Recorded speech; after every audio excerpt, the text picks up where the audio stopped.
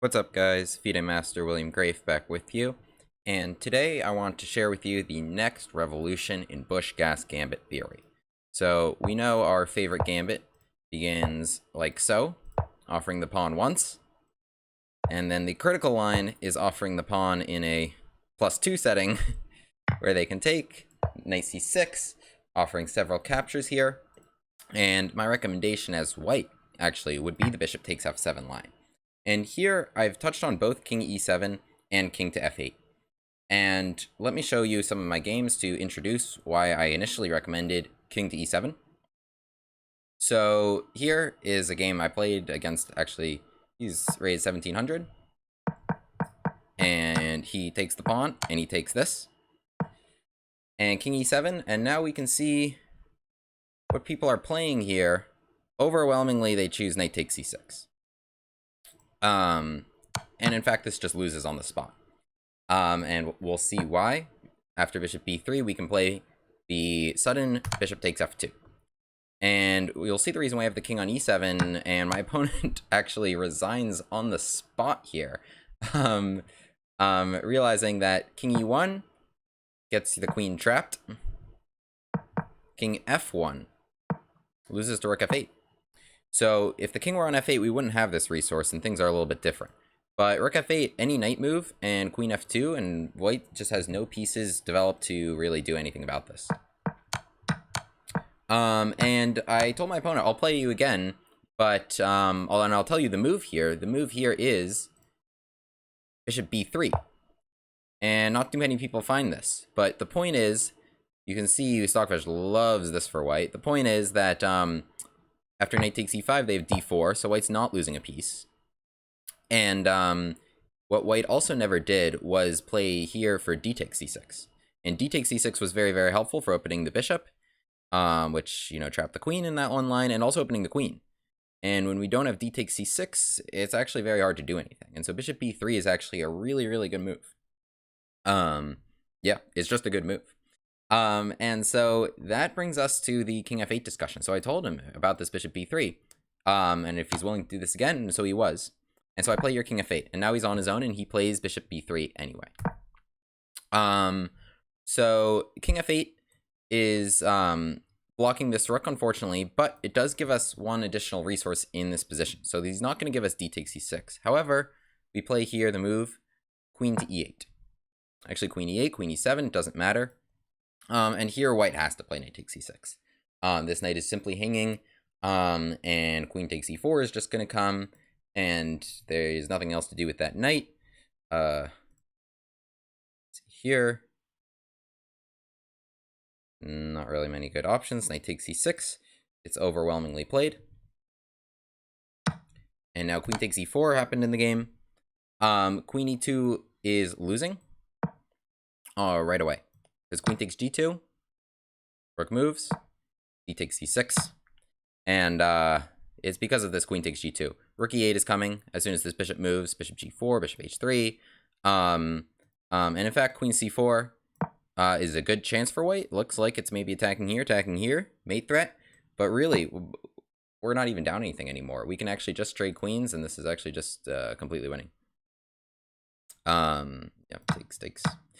This is much, much better endgame. Black is not down anything, and it's just going to get these pieces out very quickly, and the king's still in a lot of trouble with no development. So, king f1 is what white needs to know what to play here, and after d takes c6, white has a couple options here. In the game, my opponent played knight to c3, and queen f4. And now, quick, you know, you have 3 minutes on blitz game. There's a mate threat here. Your opponent's already tried some completely crazy stuff. You play f3. Do you play queen e2? Do you play queen e1? Very, very important. Very important to know which one. And my opponent did not want to deal with that and just bailed. So d4 actually was played, just attacking my queen, attacking my bishop. So, you know, I just take it. And it's just an equal end game. In the game, yeah, here we attack f2, defend my bishop. And my opponent just got so completely scared and actually just sacrificed that for no apparent reason. So it was just up in exchange really for nothing, and my opponent, I think, ran out of time here. Okay, but let's talk about the theory behind this. I know So I will be switching to Lichess, which is a little bit better, and I'll make myself a little bit bigger. Hi, everybody. All right. So, king to f8 we will be talking about today.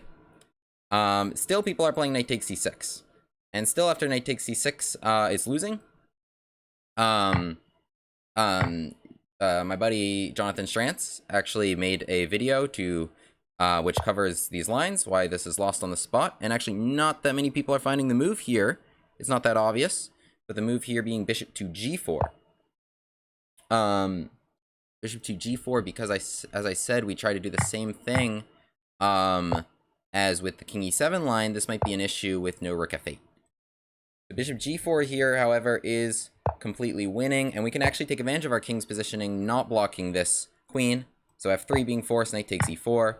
Very, very nice. If you take the knight, you lose your queen.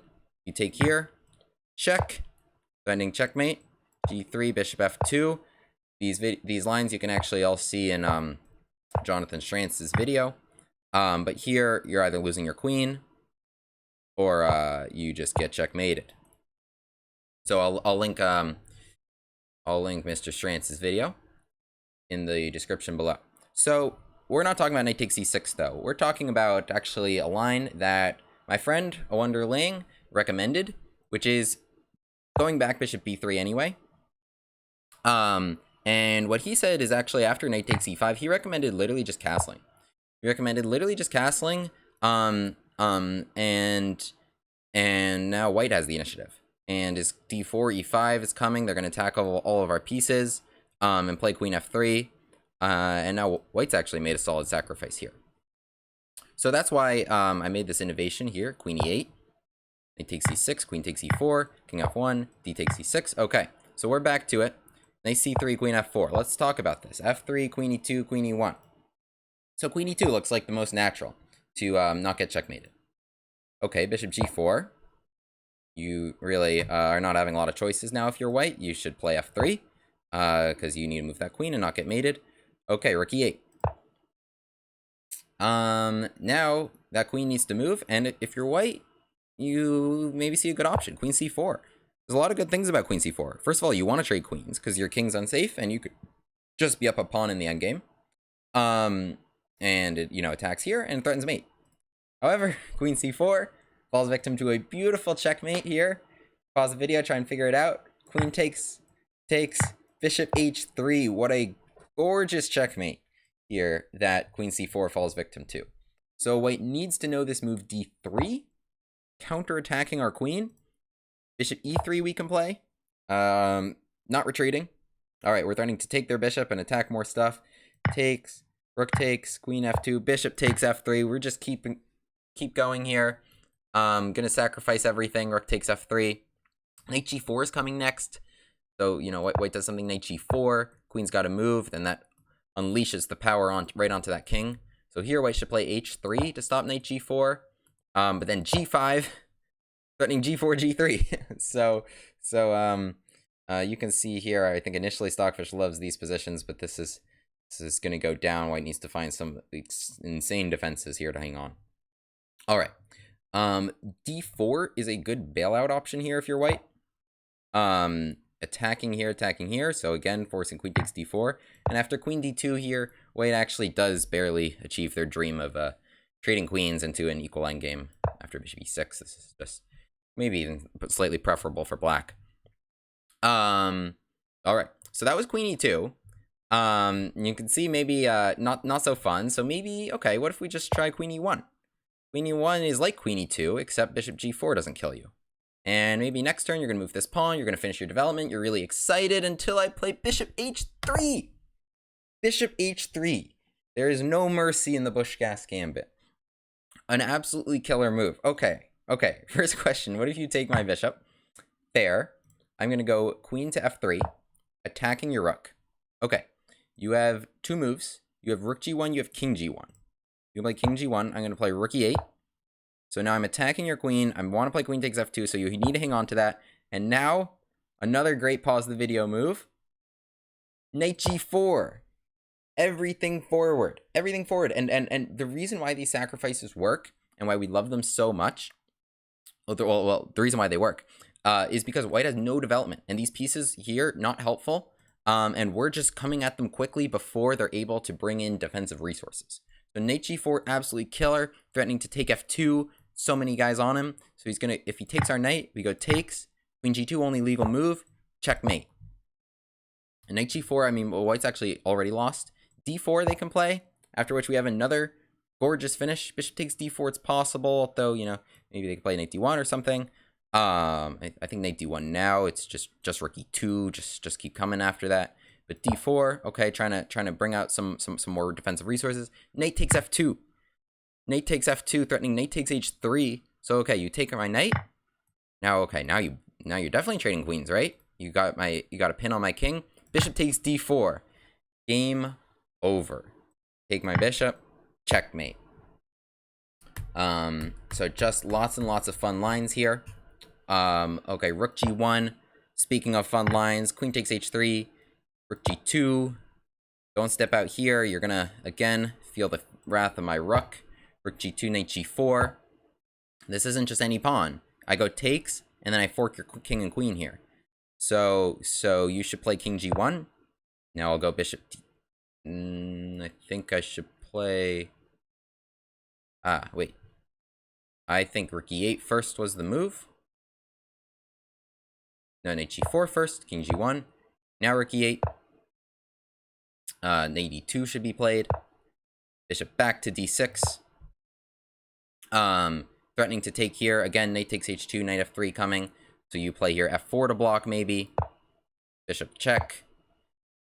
So I'm just came back here. Provoked f4, came back. Queen f3. Knight f2 coming. Knight h3 coming.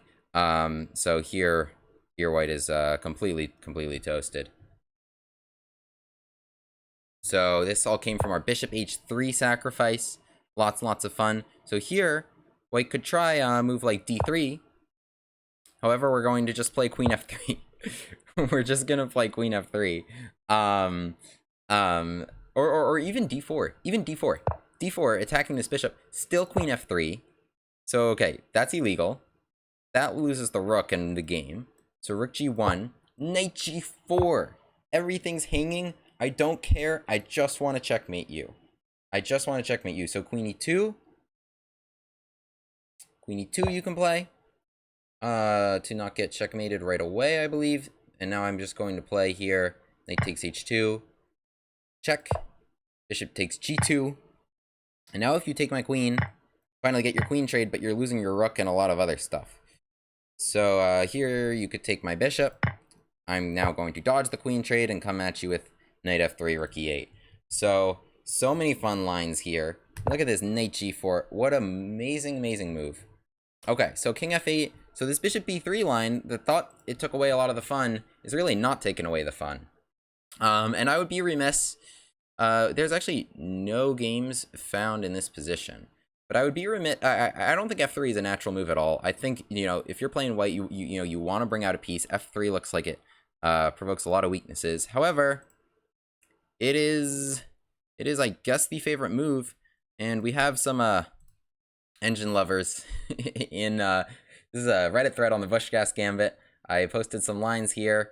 He says, "You are unironically calling that a dangerous position." Said, "Easy to talk big when you got the engine running. Check Lichess and let me know if anybody has even once found that move." And I didn't have the engine running. It's just obvious that it's a plus 2.5 advantage.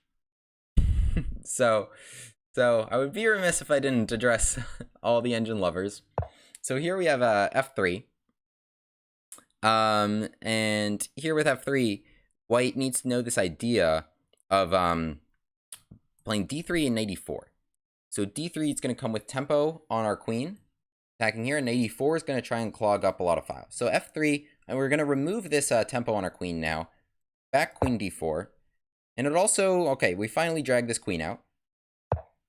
Bishop f5, just continuing to develop. Remember, the worst case scenario, even if you don't have some like crazy awesome checkmate, which you might, but even if you don't have some crazy awesome checkmate, it's just a pawn, right? We're just playing bishop f5. We're playing rook e8. The worst case scenario is they're like struggling to not get mated and maybe barely come away with their extra pawn, right? So, okay, d3, rook e8. Okay, This is all the engine's recommendations. This is actually, in fact, the only way that the engine says that you can get an advantage if you're white.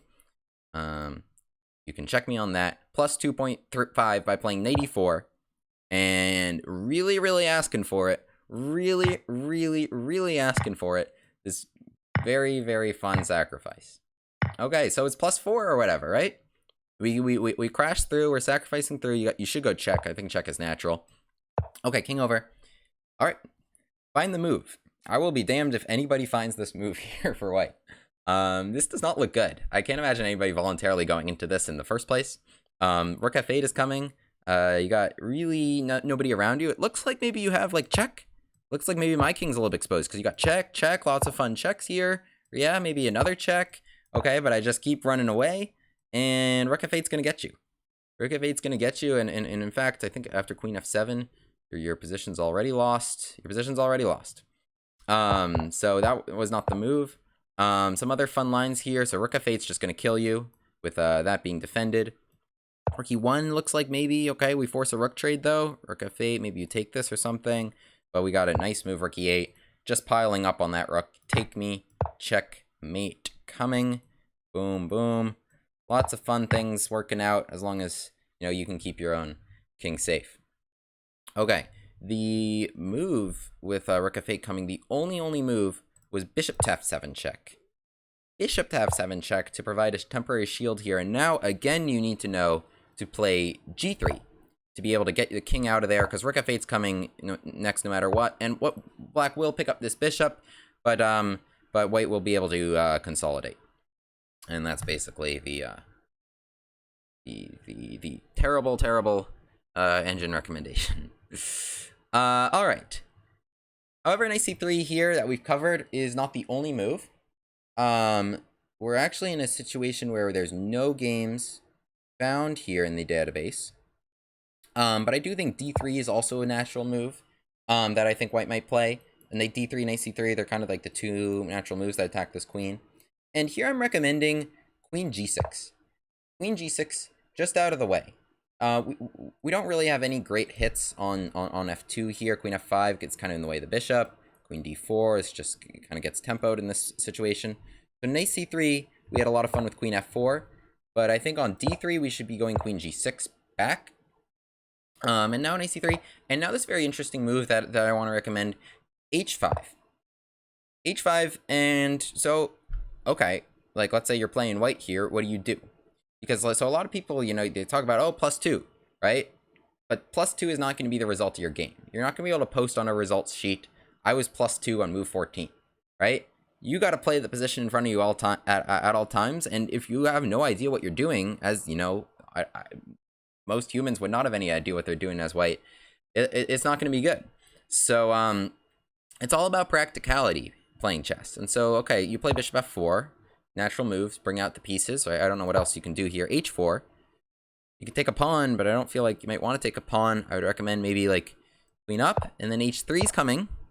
It's just h5, h4, h3, which I think is pretty funny. I think because in a lot of these lines, the reason why I was trying to make some other stuff work, and the reason why I was going with this is because this is the one line that activates this rook, and this rook was not having a lot of fun in these lines because of the king there.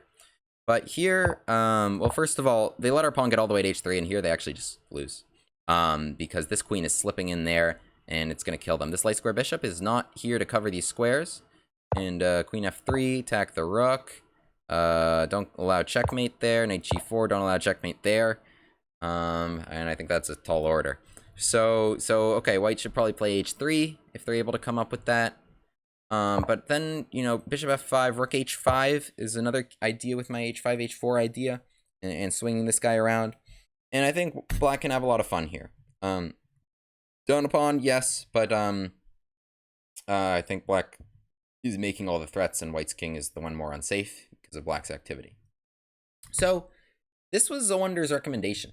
Coming back, bishop b3. This is the big scary refutation, so to speak, to king e7.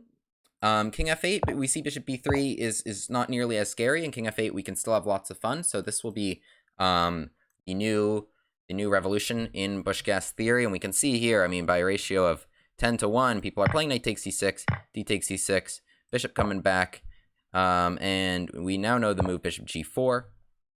So let's talk about, actually, my suggestion for the Awonder Countergambit is to castle first. A crazy move, and we have maybe some people starting to play it, and I think it's not really a move you can find unless you've checked with the engine. I mean, you got like 2 pieces hanging, and instead you're just going to castle. Just castle. And the point is knight takes e5, bishop now back to b3, and now white achieves what they wanted, which was the counter gambit. So here black's up a piece for 2 pawns. However, we have d4 and e5 coming, right? So they c6, white can just play, I think, e5 anyway. If we take it, they're getting the piece back. And here, white's king is actually much safer than ours, because they play this castle move, right? So knight takes e5, bishop b3. Yeah. So here, what I'd recommend, honestly, I think this is the best way for white to play. This is my recommendation for what to do for white, because also you can have a lot of fun here if your opponent. So bishop b6, d4. Then it comes back e5. These pawns can really roll over you. Now, you know, if black's trying to hang on to this, they can find themselves in a lot of trouble. So here my recommendation is just give that piece back when knight takes d4, takes queen takes. And here we reach an interesting position. Knight c3, I think white should play to bring out some more pieces. C6. Black should arrange this nice pawn chain to maximize their stake in the center. Bishop e3, e5. And it's a game. If white's really smart, they'll actually see this nice little tactic here with bishop takes d5. So c takes, knight takes. Queen's got to move. And after they take this bishop, they'll take this knight. So bishop takes d5, nice cute little tactic to get the piece back and get a couple pawns out of it. But bishop takes d5, bishop f5, black can play. This rook swings into the game. And worst case scenario, you're down a pawn. But bishop f5, you know, I mean, you're attacking other things. And I don't imagine anybody finds all this anyway. So this is the Awonder Countergambit, and my recommendation for what to do against it. Most people are playing bishop to b3 before castling. And we have this queen e8 move that we went over. But castling first it's a better version, and I think forces us into what white wants. After which we just need to accept the position that we have here. So that's the new video on the change in theory here. My initial recommendation of king e7. I can't really in good faith continue to recommend it anymore when bishop b3 is really just winning. So king f8 we can still have. So, you know, king e7, I think bishop b3, it's a really hard move to find. Not many people are finding it. And as you saw in my game, I won very quickly here. But now we have also king f8 in our repertoire to continue to keep the Busch-Gass Gambit alive. Thank you guys so much. I will link the Reddit thread. I will link the Jonathan Schrantz video. I will even link my games in the description below. And make sure to like and subscribe and hit the bell for notifications. And long live the Busch-Gass Gambit. See you next time.